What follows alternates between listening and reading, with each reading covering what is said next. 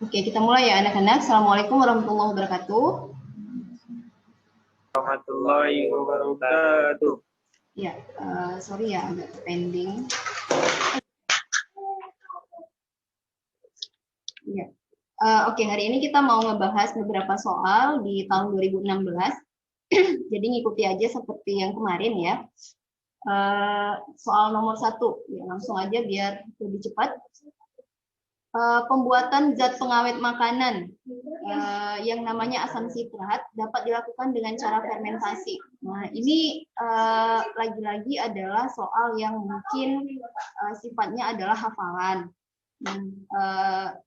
Memang tidak ada trik untuk soal ini. Jadi kalau misalnya kalian ini sering-sering mengerjakan, ya berarti kalian tahu, ya. Nah, berarti kita harus tahu nih masing-masing fungsi ini dari A sampai E. Nah, yang ditanya adalah asam sitrat. Jadi mana mikroba yang bisa menghasilkan pengawet berupa asam sitrat. Nah, yang pertama adalah Aspergillus fumigatus. Ini untuk menyebabkan penyakit. Justru dia penyebab penyakit, bukan sebagai mikroba yang bisa menghasilkan pengawet. Nah, dari kelima nama ini yang bisa menghasilkan asam sitrat adalah si niger, ya, Aspergillus yang niger. Kalau si flavus sama ya dengan si fumigatus, dia bisa menghasilkan toksin juga, ya, toksin. Kemudian sojae ini digunakan untuk fermentasi tapi bukan untuk menghasilkan asam sitrat melainkan kecap. Nah, kemudian ada parasiticus. Ya sesuai dengan namanya ya, ujungnya ada parasit. Nah, dia juga menghasilkan toksin, ya, yang jenisnya adalah alpha toksin. Jadi jawabannya adalah Aspergillus yang niger. Nah, untuk tipe-tipe soal seperti ini kalian harus sering-sering mengerjakan gitu. Jadi ini ala bisa karena biasa, nggak ada trik, nggak ada konsep yang bisa digunakan untuk menjawab soal ini gitu. Ya, karena sifatnya adalah hafalan. Oke, nah soal nomor 2, pernyataan yang tepat mengenai bambu kecuali, ya, yang dia tanya adalah bambu. Kayaknya kalian nggak terlalu asing dengan tanaman ini ya, karena di CTF juga ada. Kira-kira yang bukan itu yang mana ya sebelum kita bahas? Ada yang tahu? Oh, nggak pernah lihat bambu kali ya. Yang A itu bambu dapat berkembang biak dengan cara vegetatif. Nah, vegetatif itu artinya tidak kawin. Ini pelajaran udah dari SD ya, dari kelas 4 SD ini udah nemu vegetatif, generatif. Nah, berarti kalau vegetatif dia nggak kawin. Gimana caranya? Ya dengan cangkok, stek, ovulasi, menyambung dan seterusnya. Nah, kalau kita nanam bambu kan memang biasanya ya udah kita potong terus kita tancapkan ke tanah. Nah, itu stek, berarti vegetatif. Bisa berarti dia berkembang biak secara tidak kawin atau disebut dengan vegetatif. Maka A ini benar. Yang B, bambu dapat berkembang biak dengan biji. Mungkin kalian agak aneh mendengar ada bambu yang ditanam pakai biji gitu. Atau kalian nggak pernah lihat bijinya si bambu gitu ya. Yang kita tahu kan bambu dipotong, ditancap ke tanah, ya udah hidup gitu. Nah, oke, yang C, kalian lihat bambu merupakan tumbuhan berbunga. Yang D, batangnya tidak bercabang. Yang E, rizoma tua bercabang. Kalau melihat bambu ini kan sebenarnya salah satu jenis tanaman monokotil ya. Nah, monokotil yang kalian tahu dia punya ruas, terus dia bisa berkembang biak dengan cara bertunas, ya. Nah, bahkan mungkin kita nggak pernah lihat bijinya. Nah, jadi si bambu ini dia tanaman berbunga, ya, tanaman berbunga, tapi dia nggak sampai punya biji gitu, ya. Jadi ada beberapa tanaman yang dia berbunga tapi nggak berbiji gitu, nah, ya, kok bisa nggak sampai dia nggak punya biji? Berarti perkawinannya nggak sampai, penyerbukannya tidak sampai ke tahap fertilisasi, hanya menyerbuk saja. Nah, bunganya punya putik, punya benang sari, kemudian terserbukan, ya, terjadi penyerbukan, tapi tidak sampai ke fertilisasi. Makanya alhasil tidak punya biji. Biji ini kan kalau pada tanaman adalah bayinya ya, bayinya yang merupakan hasil perkawinan dari putik dan benang sarinya. Nah, jadi kalau misalnya kalian lihat bambu yang udah sampai pada usia tertentu, dia punya bunga, tapi kita tidak pernah melihat bijinya. Nah, kalau dikelompokkan bambu itu kemana? Ya tetap tumbuhan berbiji gitu. Karena kelompok tumbuhan itu cuma ada 3, ya, paku, lumut, tumbuhan biji. Nah, jadi bambu ini bukan paku dan lumut, ya, walaupun dia tidak berbiji, dia tetap tumbuhan biji, tapi tidak sampai menghasilkan biji, gitu loh. Nah, ya dia tidak punya spora, berarti nggak mungkin paku dan lumut, gitu ya. Nah, vegetatif tadi benar, tidak bercabang, ya, walaupun kalian lihat bambu di CTF ada yang bercabang, ya. Nah, tapi itu bukan cabang, ya, itu merupakan ranting. Nah, kemudian bambu mempunyai akar rimpang atau rizoma. Nah, itu benar. Jadi akar yang menjulur di bawah permukaan tanah. Nah, jadi pernyataan yang salah adalah B, ya. Dia berbunga tapi dia tidak sampai punya biji, nggak sampai punya anak gitu. Nomor 3, nah berikut adalah fungsi kebun binatang. Nah, ini materi kelas 10 ya. Kalian belajar ini untuk di bab ex situ in situ. Nah, jadi kalau misalnya pelestarian organisme itu kan ada yang dilakukan di habitat aslinya, itu in situ, ada yang dia harus dibawa keluar gitu, ya, dibawa keluar ya. Bisa saja daerahnya tidak memiliki tempat konservasi mungkin, atau dia sudah sangat langka sehingga harus dibawa ke tempat tertentu. Nah, itu namanya ex situ. Kebun binatang itu termasuk ex situ. Ya, nah jadi yang ditanya fungsinya, yang mana yang bukan fungsi kebun binatang? Objek studi, ya beberapa penelitian bisa dilakukan di kebun binatang. Nah, kemudian tempat introduksi spesies eksodus. Nah, ini eksodus itu spesies yang tadi kita masukkan ke situ, kita bawa dari satu daerah, kemudian kita tempatkan di kebun binatang itu. Nah, misalnya kalian bisa menemukan, nggak tahu Ibu sekarang masih ada atau enggak ya, unta di kebun binatang Siantar. Nah, unta itu kan bukan aslinya Siantar, gitu, tapi dieksoduskan ke situ, diintroduksikan ke situ. Nah, maka kebun binatang itu bisa jadi salah satu tempat untuk memasukkan hewan tertentu dari daerah lain. Nah, kemudian tempat perlindungan plasma nutfah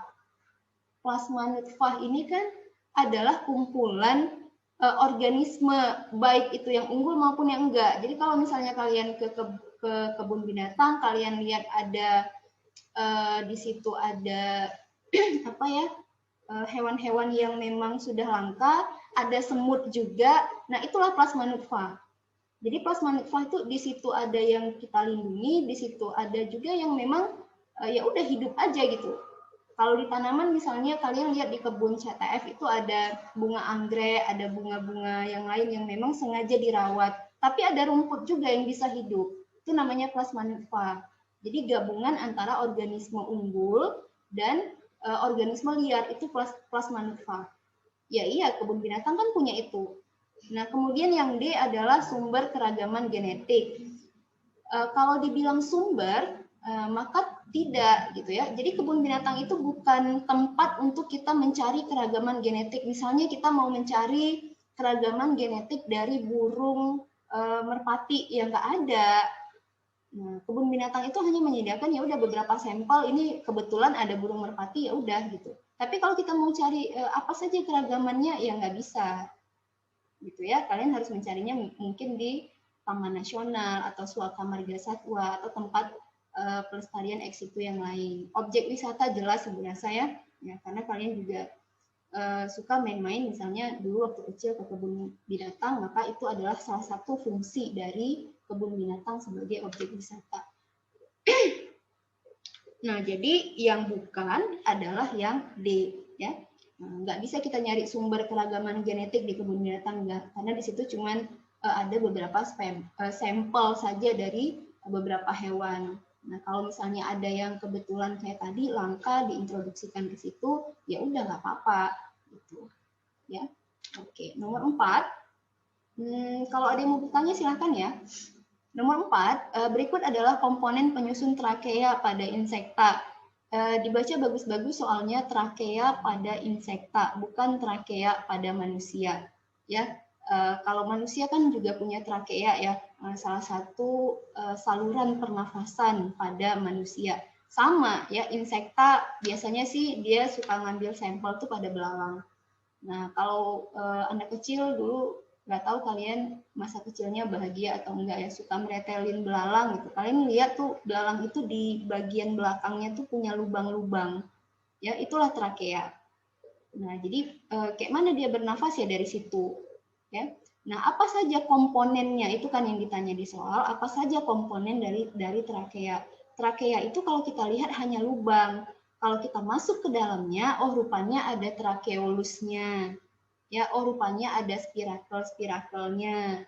Nah, kayak gitu.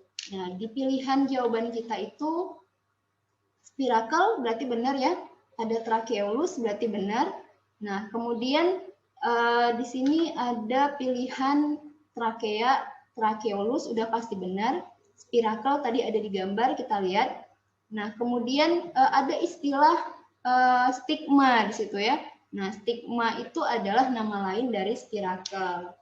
Nah, jadi memang karakter dari soal SBM ini adalah dia sifatnya detail. Kalau misalnya di soal-soal UN kan kalian nggak akan menemukan soal yang dia nanya serangga tapi serangganya sampai detail gitu, enggak. Nah, kayak gitu nah. Maka ya lagi-lagi kayak tadi ya, harus sering-sering ngerjain. Nah, yang bukan itu adalah ostium. Karena ostium itu adalah nama katup pada sistem peredaran darah tertutup. Ya, sedangkan ya serangga, kita udah pernah bahas soal ini ya. Serangga itu adalah salah satu contoh hewan yang sistem peredaran darahnya terbuka. Jadi salahnya itu double ya. Udah nggak nyambung sama soal. Nah, kemudian dia bukan istilah pada si trakea. Maka jawabannya adalah E, ostium. Ya, kita beralih ke tanaman. Ya, tumbuhan yang mempunyai struktur pembuluh seperti gambar ini, ya gambar di bawah ya. Nah, jadi ada floemnya, kemudian ada tracheid xilem, kemudian ada rongga udara. Ya, berarti kalau ini floemnya ya di sekitarnya adalah xilem, gitu. Nah, ini khas sih sebenarnya ya. Kalau kalian kan kita agak susah ya membedakan bentuk dalam dari si tanaman. Kalau di SMA kan kalian biasanya tuh belajarnya kayak gini ya, bentuk anatomi dari akar dikotil, bentuk anatomi dari batang. Ya, jadi dibedain. Ya, ini akarnya, ini batangnya antara si dikotil dengan monokotil. Sepintas kalau misalnya ini basic konsep saja ya, biar kalian bisa tahu membedakan mana akar mana batang dulu. Ya. Khas sekali kalau pada akar pasti kalian akan menemukan endodermis. Ini pasti. Kalau kalian nemu endodermis, berarti itu adalah akar. Karena kalian tidak akan menemukan endodermis di batang. Inilah pembatas. Ya, inilah pembatas. Jadi kalau di akar itu pembatas antara korteks dengan lapisan di dalamnya, stel ini ada endodermisnya. Nah, tinggal lagi kalian bisa membedakan nanti selanjutnya mana yang mono, mana yang di gitu. Nah, kalau dia mono, nah lihat ya kalau pada akar mono, ya dia antara xilem floemnya itu apa namanya ya, bersebelahan ya. Nah, bersebelahan, berdampingan seperti ini. Ya, ini xilem, kemudian ini floem. Jadi berdampingan membentuk lingkaran rapi dia. Tapi kalau pada dikotil, ya dikotil ini apa ya? Ini xilem-nya ya. Nah, ini floemnya. Jadi xilem dulu numpuk, baru di luarnya floem dan bentuknya kayak bintang kayak gini. Nah, itu dia kalau mau ngebedain mana akar mono, mana akar di. Jadi kalau ibu sih sukanya gini ya, karena ibu orangnya visual. Nah, jadi kalau ditampilin gambar lebih ingat. Nah, ini mono itu lebih rapi. Nah, kalau kalian cerita batang, ya cerita batang, si dikotil itu yang justru yang rapi, jadi kebalikan. Ya, xilem floemnya yang berbatasan. Ini kan khasnya kalau di batang itu si dikotilnya yang rapi. Ini xilem floem gitu ya. Nah, jadi berdampingan ini xilemnya yang sebelah dalam, floemnya yang sebelah luar. Justru kalau pada batang monokotil dia kesebar aja gitu. Ya, xilem floemnya kesebar aja di seluruh permukaan dari penampang melintang sebuah sayatan batang kayak gitu. Jadi kebalikan. Kalau di monokotil tuh akarnya yang rapi. Kalau di dikotil itu batangnya yang susunannya rapi begini. Nah, di soal kita, dia mungkin kalian agak berat menjawab soal ini karena bahasa planet ya. Pilihannya ada Cocos nucifera, ada Carica papaya, dan seterusnya. Nah, Cocos nucifera ini adalah kelapa. Carica papaya itu ya pepaya, Durio zibetinus ini durian, Mangifera indica ini adalah mangga, dan yang terakhir Anonas squamosa, bagi yang nggak pernah lihat, ini adalah nggak tahu ya di kampung masing-masing ini namanya apa. Beberapa menyebutkannya buah nona, beberapa menyebutkannya apa ya tadi ya, ada istilah yang lain. Nah, kalau di tempat ibu ini namanya buah nona. Nah, inilah Anonas squamosa. Jadi dari gambar itu, ya itu kan gambarnya berantakan ya. Nah, berantakan. Nah, tinggal kita ngelihat ini akar atau batang, gitu ya. Kalian kan nggak nemu endodermisnya ya. Nah, jadi kalau misalnya kita kembali ke gambar yang tadi, nah gambarnya itu kan berantakan tuh. Nah, kayak gini, ya. Yang jelas dia nggak ini gambarnya. Apalagi ini, karena ini tersebar. Apalagi yang ini, itu berantakan ya. Atau sebentar kita lihat dulu gambarnya. Nah, kayak gini. Kita lihat dulu ini floemnya sebelah dalam ya. Kemudian ada silemnya. Jadi antara floem dan silem itu atas bawah ya, posisinya atas bawah. Nah, ini abaikan, ini kayak apa ya? Ini kayak ini aja sih, kayak pengecoh aja untuk kita. Nah, karena ini bukan bagian dari silem atau floem. Ini hanya rongga udara. Jadi carilah gambar yang mendekati gambar yang diminta di soal. Posisi silem dan floemnya itu atas bawah begini. Nah, di sini kan ada beberapa sampel jawaban yang diberikan di pilihan soal gitu. Jadi kayak Cocos nucifera, kita harus identifikasi ini dikotil atau monokotil gitu loh.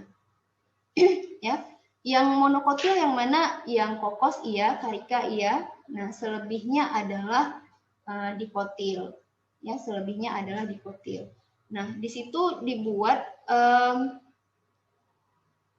apa namanya ya? Ada dua pilihan ya. Ada itu khas dari gambar monokotil nah sebenarnya. Nah, cuman kita kan punya dua opsi dari monokotil, ada si kelapa dan ada si pepaya. Nah, di sini dari keterangannya disebutkan bahwa si Cocos nucifera itu kelapa ya, monokotil memang, tapi batangnya keras, jadi silemnya makin banyak. Ya, silemnya makin banyak. Nah, di gambar katanya silemnya lebih sedikit. Gitu ya, silemnya lebih sedikit. Nah, maka kalau misalnya kita lihat di gambar ini kan, nah di gambar ini kan berarti ini ya yang dimaksud. Kalau tidak ini, berarti ini. Ya. Nah, di gambar itu dia bersebelahan, dia silem, floem, silem, floem. Jadi ini silemnya, ini floemnya. Nah, langsung di atas bawah. Ya, silem floemnya itu atas bawah. Nah, maka dari keterangan ini jawabannya adalah si B. Nah, kenapa tidak A? Harusnya kalau A itu silemnya itu lebih banyak. Karena struktur dari kelapa itu kan keras. Nah, ini termasuk soal yang agak sulit, ya, karena kalian satu harus melihat gambar, yang kedua kalian harus menerjemahkan pilihan jawaban, karena bahasanya adalah bahasa Latin. Ya, semoga saja soal ini nggak keluar lagi ya. Oke, lanjut di nomor 6. Ketika air yang masuk akar telah sampai di silem, air akan bergerak ke bagian tajuk dengan cara tajuk ini apa ya? Ya, jadi kalau misalnya di istilah jawaban ini kan difusi, osmosis, aliran massa. Difusi osmosis, nah harusnya kalian tidak asing. Ya, mungkin yang agak lupa-lupa sedikit adalah simplas dan apoplas. Biar tahu aja walaupun bukan itu jawabannya ya. Nah, kalau apoplas, itu dia ngelewatin rongga-rongga. Nah, ya, ngelewatin rongga-rongga antar sel. Kalian ikuti garis merah ini. Nah, itu apoplas. Jadi dia nggak masuk ke sel-sel. Ini kan harusnya air itu kan kalau misalnya difusi dia masuk secara osmosis, dia kan masuk dulu ke sel, kemudian pindah lagi ke sel tetangga, pindah dan seterusnya. Tapi ternyata ada teknik lain supaya cepat gitu ya, supaya cepat. Yang masuk ke dalam sel silahkan masuk, yang melewati rongga juga bisa. Jadi dia merembes, melewati rongga-rongga antar sel, itulah apoplas. Mana tahu nanti keluar soal tentang apoplas. Nah, sampailah dia ke bagian tajuk. Tajuk yang dimaksud ini ya bagian paling dalam, ya bagian paling dalam dari penampang sebuah akar atau batang. Nah, temennya si simplas, nah simplas ini ya kayak cerita kita di awal, dia harus air itu dari tanah masuk dulu ke dalam sel, pindah ke sel yang lain, nyebrang lagi sampailah ke tajuk. Itu simplas. Ya, jadi harus bisa ngebedain mana simplas, mana apoplas. Kalau yang ditanya itu kan adalah ketika air masuk ke akar, air akan bergerak ke bagian tajuk si daun ya, tajuk si daun yang dimaksud. Jadi dari bawah, kayak mana sih air itu bisa nyampe ke atas, sedangkan posisi daun itu kan di atas. Nah, maka caranya tetap dia pakai cara osmosis, gitu ya, osmosis. Karena kenapa tidak difusi? Ya, karena kalau kita cerita difusi, ya difusi itu perpindahan zat terlarut. Yang ada di konteks soal adalah perpindahan air atau pelarut, gitu. Nah, boleh pakai kata difusi, tapi harus ada air. Jadi kalau nanti opsinya tidak ada pilihan osmosis, yang ada adalah difusi air, itu boleh, sama. Jadi osmosis itu sama dengan difusi air. Nah, ini konsep yang sering sekali ketukar. Kalau kalian cerita difusi, nah berarti yang kalian ceritakan adalah perpindahan zat terlarut. Kayak kita buat teh, ya teh itu kan ada di kantung teh. Nah, ketika air panas yang kita bawa itu akhirnya menjadi merah karena teh yang kita rendam, tehnya pindah keluar, itu difusi. Nah, tapi ketika airnya masuk ke dalam kantung teh sehingga menyebabkan teh itu menyebar, itu osmosis. Gitu. Jadi harus bisa ngebedain mana yang pindah nih. Di konteks soal yang pindah adalah air.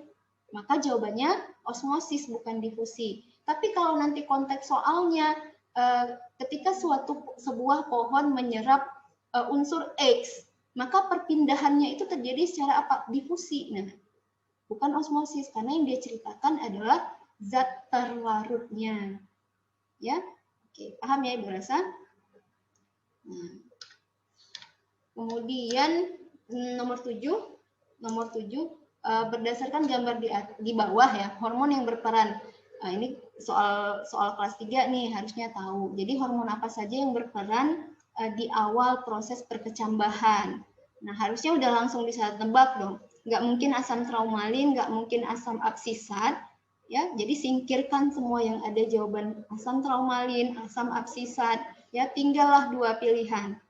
Ya, D atau E, auksin sitokinin giberelin atau sitokinin auksin etilen. Nah, etilen ini kan hormon buah ya. Nah, ini khas sekali pada etilen adalah hormon yang bisa mematangkan buah. Jadi kayak kita beli pisang, pisangnya itu yang matang masih satu. Nah, besok-besoknya itu udah matang satu tandan. Nah, itu pengaruh dari gas etilen. Jadi untuk mematangkan buah, sedangkan cerita di konteks soal ini belum berbuah. Maka jawabannya adalah D. Ya. Nah, kemudian nomor 8. Nah, ini soal kelas 3, mutasi yang menggantikan satu basa purin dengan purin lainnya atau pirimidin dengan pirimidin. Jadi terganti. Kan kalau purin itu anak gadis ya, AG. Pirimidin itu CT. Ya. Kalau cerita DNA, kalau RNA tinggal ganti T-nya dengan A. Nah, jadi purin diganti purin, pirimidin diganti pirimidin itu namanya apa? Nah, kalau translokasi kan perpindahan kemarin. Trans artinya berpindah, transversi. Nah, ini ada dua istilah nih, ada transversi, ada transisi. Jadi kalau transversi itu purin terganti pirimidin atau sebaliknya. Tapi kalau transisi itu hanya berganti saja purin dengan purin, pirimidin dengan pirimidin. Insersi inversi udah pasti nggak mungkin. Karena insert itu memasukkan, inverse itu kebalikan. Ya, maka jawabannya adalah transisi. Jadi hanya terjadi transisi, bukan transversi. Kayaknya 2 soal lagi ya. Nah, ini hukum Hardy-Weinberg. Dia cuma nanya apa persyaratan dari hukum Hardy-Weinberg. Pelajaran kelas 3 harusnya nggak boleh salah. Ya, hukum Hardy-Weinberg. Jadi syarat, apa saja syarat dari Hardy-Weinberg? Yang pertama itu populasinya harus gede. Ya, populasinya harus gede. Kemudian nggak boleh ada migrasi. Ya, artinya sebenarnya sih hukum Hardy-Weinberg ini mustahil bisa diterapkan, diaplikasikan di zaman sekarang yang orangnya sudah oke, populasi gede, misalnya Indonesia punya populasi sekian juta orang, nah, tapi kan kita tidak bisa mencegah terjadinya migrasi. Kalau sudah migrasi berarti Hardy-Weinberg sudah tidak berlaku, ya. Nah, jadi nggak boleh ada migrasi, kemudian dipastikan tidak ada mutasi, nggak ada cacat yang diakibatkan oleh mutasi zat-zat mutan tadi. Nah, kemudian dipastikan juga nggak ada seleksi alam. Nah, kemudian harus ada perkawinan acak. Jadi perkawinan itu harus acak, tidak boleh diatur. Nah, sedangkan sekarang itu kan misalnya beberapa suku itu menganut budaya yang tidak boleh menikah dengan sesama. Misalnya suku Batak kan ada beberapa marga yang memang tidak boleh menikah dengan marga yang sama. Nah, kayak begitu. Jadi itu sudah apa namanya? Sudah nggak bisa diterapkan hukum Hardy-Weinberg ini, yang katanya adalah frekuensi gen itu akan tetap ya dari satu generasi ke generasi yang lain. Ya, jadi yang ditanya adalah kombinasi yang sesuai. Ya, kombinasi yang sesuai berarti apa? Ukuran populasi besar, benar. Nah, kemudian populasi bersifat terbuka ini yang nggak harus gitu ya. Nah, kemudian terjadi perkawinan acak ya 1-3, tinggal cari satu lagi. Jumlah mutasi gen dalam alel bervariasi, nggak boleh ada mutasi. Itu kan tadi tidak boleh ada mutasi. Berarti yang nomor 4 salah. Kemampuan reproduksi tiap individu sama. Ya, jadi viabilitasnya harus sama. Nah, artinya apa? Kemampuan kata si Hardy-Weinberg itu alel A besar, alel A besar A kecil dengan A kecil itu harus sama. Gitu. Tiap generasi itu akan sama. Kalau memenuhi syarat yang tadi, populasi besar, tidak ada migrasi, tidak ada mutasi, tidak ada seleksi alam, kemudian perkawinan terjadi secara acak, dan jumlah kemampuan viabilitas atau reproduksi dari individu itu sama. Ya, nah itu. Maka jawabannya adalah bola ya, 1, 3, dan 5. Soal terakhir nomor 10. Berikut merupakan pasangan struktur dan fungsi organel yang benar kecuali mikrotubul, pergerakan benang-benang spindle. Kalau nggak pernah lihat mikrotubul, kira-kira gambarnya seperti ini. Ya, mana tahu di bab ini ketiduran di kelas. Nah, jadi gambarnya seperti ini ya. Kalian tuh ketemu istilah mikrotubul, nanti manfaat si kawan ini tuh bisa pada silia, ya pergerakan silia pada sperma misalnya. Nah, itu butuh organel mikrotubul. Atau kalian pernah lihat yang kayak gini ya, aktin, miosin itu kan pada otot. Kemudian vakuola, penyimpanan cadangan makanan. Ini kan kulkas. Ya, kulkasnya si tumbuhan ya untuk menyimpan cadangan makanan. Lisosom, tempat hidrolisis makromolekul. Retikulum endoplasma halus, tempat sintesis protein, dan yang terakhir adalah badan Golgi untuk glikosilasi rantai protein. Nah, kira-kira yang salah itu yang mana ya? Nah, soal terakhir kita percepat saja ya. Nah, yang A benar, yang B benar, yang C benar, yang E juga benar. Ya, badan Golgi itu glikosilasi itu artinya di Golgi itu kan nanti dipaketkan lagi ya. Jadi sintesis protein yang udah jadi itu disempurnakan di badan Golgi kan gitu ceritanya. Jadi cerita sintesis protein itu tidak berakhir sampai ribosom. Ya.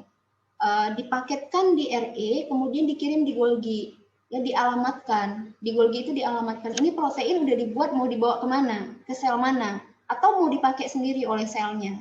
Nah, itu yang dimaksud dengan glikosilasi rantai protein. Nah, yang D itu salah kenapa? Nah, di pilihannya adalah RE halus ya. Yang harusnya, yang benar adalah RE kasar. Maka yang salah adalah D. Ibu rasa cukup dulu untuk hari ini. Ya, semoga kalian semua lulus yang hadir hari ini. Tetap hari-hari yang tersisa ini dimanfaatkan untuk berlatih terus, ngerjain soal. Mudah-mudahan kalian bisa panen poin dari biologi. Terima kasih untuk anak-anak yang sudah hadir. Ibu tutup dengan Assalamualaikum warahmatullahi wabarakatuh.